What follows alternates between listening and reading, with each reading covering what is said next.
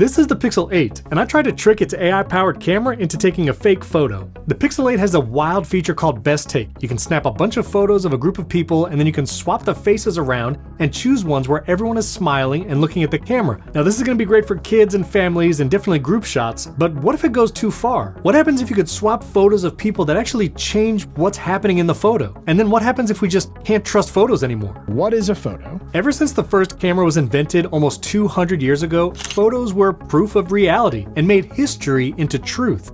But now AI tools can alter photos with a single prompt. Deepfake videos have already existed for years, and now with the Pixel 8 and 8 Pro, the cameras in our pockets are powered by AI to make photos into memories, even if that memory is different from reality. So I put it to the test. I tried to disguise subjects, had them wear the same clothing and a hat while taking a burst of shots. I took large group photos inside and outside. No matter what I did, I could not trick the camera into swapping a face on a different person's body. So I think I actually have to give credit to Google on this one. Not only have they built an AI-powered tool, but there's enough AI and computer learning going on in the background where it's doing an excellent job about recognizing a person's face and making sure that it doesn't change that person's face or swap that face on another person's body. Does the feature still sometimes give you the heebie-jeebies? Yes.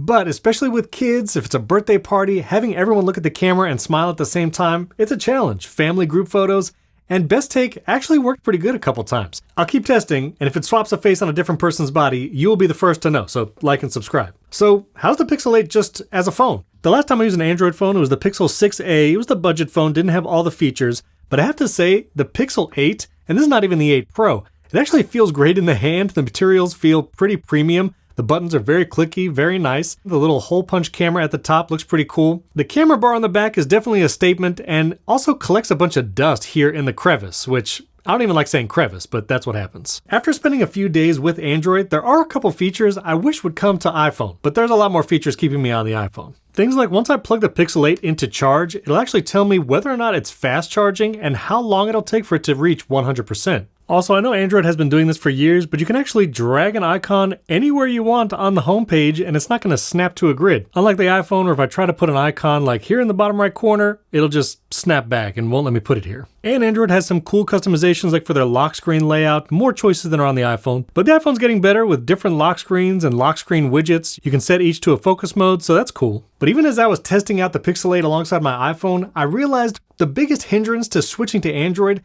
is just the ecosystem, the switching cost of having to change pretty much everything. And not just the apps and stuff that I use, but I would need my entire family to switch to Android in order for it to be a feasible move. I would need all my kids to have an Android device so I could use Google's family parental controls rather than screen time. And I do find screen time is still better and more robust than Google solutions. And then there's the whole Apple ecosystem, things like AirTags, AirPods Pro 2 with Find My. And yes, everyone I know in my family uses iMessage, and so that's a lock-in. Plus there's the whole third-party app ecosystem, which I just love on the iPhone. Apps that I love, and frankly, I don't think have an equal, like Fantastical, just aren't available on Android. It's only for Apple devices. And I've even come to really enjoy the Apple Podcasts app as my default podcast player, which is also not available on Android. You can get Apple Music and even Apple Music Classical, but no Apple Podcasts. So even though it has nice hardware and the camera is actually really good, the pictures I did take I found to be impressively of good quality, although the zoom on the 5X iPhone 15 Pro Max is really, really good. Here's a comparison between the Pixel photo, and I still just prefer the iPhone camera.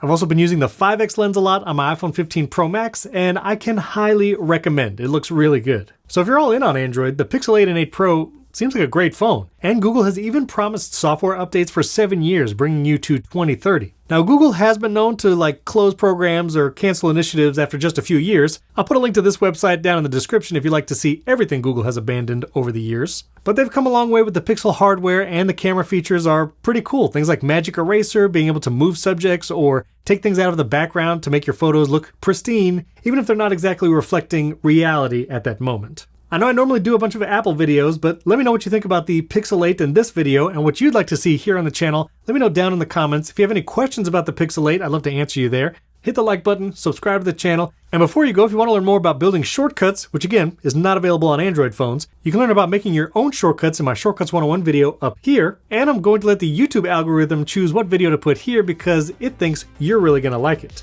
Thanks for tuning in. I'll catch you next time.